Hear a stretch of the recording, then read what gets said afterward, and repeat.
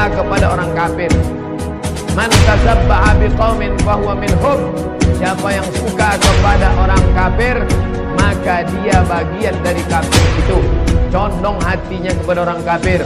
Mohon maaf, tasabbuh saya beri makna menyerupai, bukan suka atau senang. Assalamualaikum warahmatullahi wabarakatuh. Hadirin kaum muslimin muslimat rahimakumullah.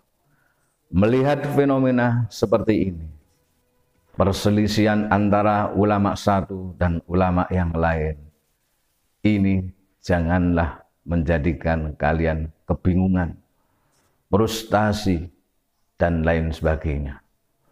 Hadirin sekalian yang dirahmati oleh Allah Subhanahu wa Ta'ala, berbicara tentang kafir, bahwa kafir itu banyak sekali. Ada kafir harbi, ada kafir mu'ahdi, ada kafir zimmi, dan lain sebagainya. Maka di dalam kitab Fatawi Syekh Ismail, di sana dijelaskan, Bismillahirrahmanirrahim, fa'lam annal kuffarul mawjudina al-ana fi biladikum wa fi biladi ghairikum min aqtarin muslimina kal Pakistan wal Hindi wal Syam wal Iraq wa Misra wa Sudan wa ghairiha laisu dimiyyin. Bahwa orang-orang kafir yang ada di Pakistan, di India, di Syam, di Irak, di Mesir, di Sudan dan lain sebagainya, semuanya itu adalah bukan kafir dhimmi. Kita tahu bahwa kafir dhimmi itu tidak boleh diperangi, dilarang oleh Rasulullah SAW. Lalu bagaimana kafir dhimmi yang ada di Indonesia? Bahwa kafir dhimmi yang ada di Indonesia itu sudah mengikuti Indonesia, sudah mau membayar pajak. Hadirin sekalian yang dirahmati oleh Allah Subhanahu wa Ta'ala. Lalu pertanyaannya, kafir-kafir yang ada di Indonesia ini, yaitu kafir-kafir dhimmi, yang mana sabda Nabi dijelaskan, barang siapa yang menyakiti kafir dhimmi, maka aku Rasulullah akan menjadi lawannya di hari kiamat. Hadis diriwayatkan oleh Imam Muslim. Lalu bagaimana dengan tasabbuh? Yaitu menyerupai. Mohon maaf, tasabbuh saya beri makna menyerupai, bukan suka atau senang. Di dalam kitab tafsir Ibnu Katsir juz 1 halaman 149 berbunyi, Bismillahirrahmanirrahim, man tasyabbaha biqaumin fahuwa minhum. Fa fihi dalalatun 'alan nahyis syadid fi aqwalihim wa af'alihim wa libasihim. Bagaimana tasabbuh dengan orang kafir? Orang Islam menyerupai dengan orang kafir. Apa saja yang tidak diperbolehkan untuk menyerupai orang kafir? Pertama, bi aqwalihim, dalam ucapannya kita tidak boleh meniru.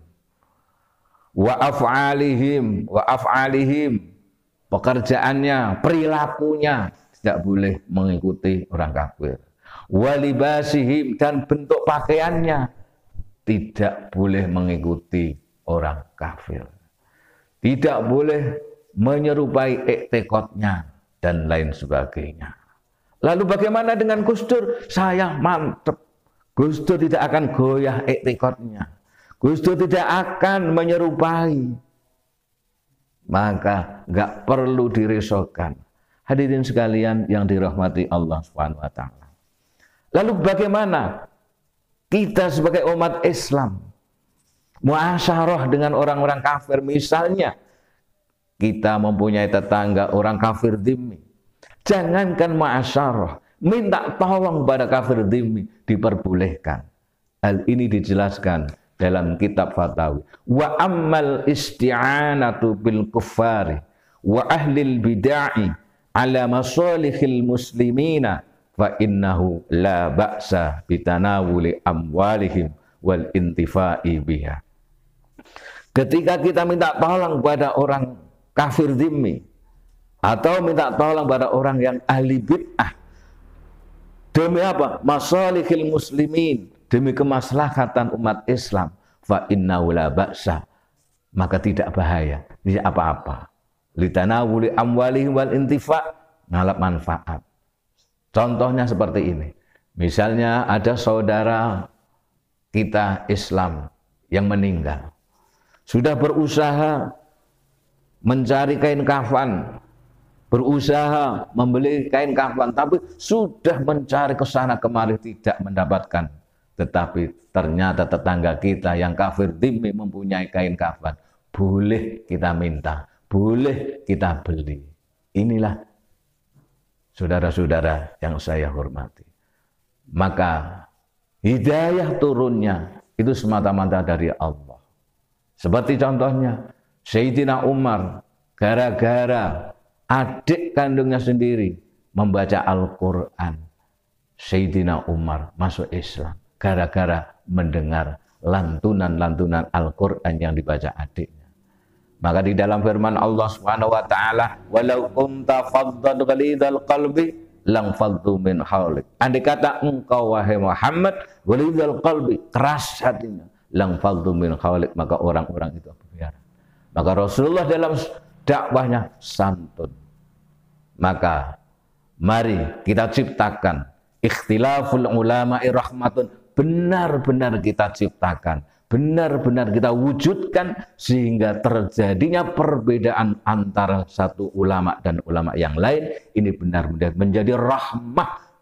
Amin, amin ya rabbal alamin. Menjadi rahmah bagi kita semua, menjadi rahmah bangsa Indonesia semuanya. Amin ya rabbal alamin. Mari kita bersama-sama bersatu membangun dan mewujudkan pembangunan Indonesia sehingga Indonesia benar-benar menjadi baldatun thayyibatun wa rabbun ghafur. Amin, amin ya rabbal alamin. Hadirin sekalian yang dirahmati Allah Subhanahu wa taala. Mari kita tutup dengan kata-kata kita doakan saudara-saudara kita yang saat-saat ini masih memperjuangkan umat Islam, diberi kesabaran oleh Allah Subhanahu wa taala. Direndahkan tidak mungkin menjadi sampah. Disanjung tidak mungkin menjadi rembulan. Maka jangan risaukan omongan orang. Sebab setiap orang menilai kalian tentu dengan pemahaman dan pengalaman yang berbeda-beda.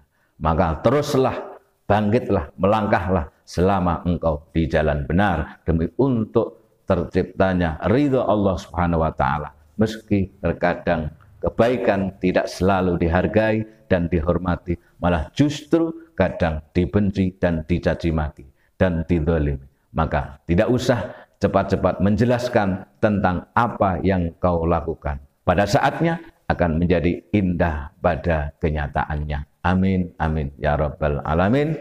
Sekian, mohon maaf atas segala kekurangan. Wallahu muwaffiq ila aqwamit thoriq. Wassalamualaikum warahmatullahi wabarakatuh.